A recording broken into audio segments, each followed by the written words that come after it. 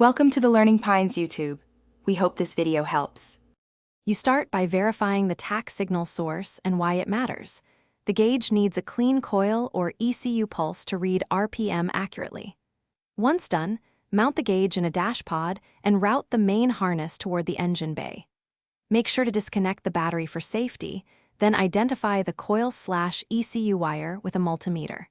Connect ground to a chassis point. You're taking the first actionable steps now, so subsequent wiring will be reliable and safe.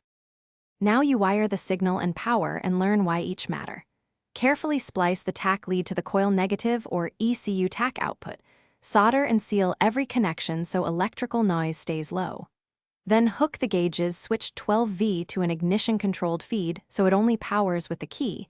Use a fused line for protection. Also connect a clean ground to chassis metal. Once wired, check continuity. And start the engine briefly to confirm the gauge registers pulses before finish by calibrating and ensuring stability so the gauge provides useful data.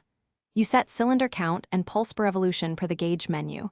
This converts pulses into accurate RPM. If the needle bounces or reads erratically, add a tach adapter or inline filter because ignition noise can confuse inputs. Make sure grounds are tight and wires clear of heat. Reassemble the dash, secure harness with ties, then road test.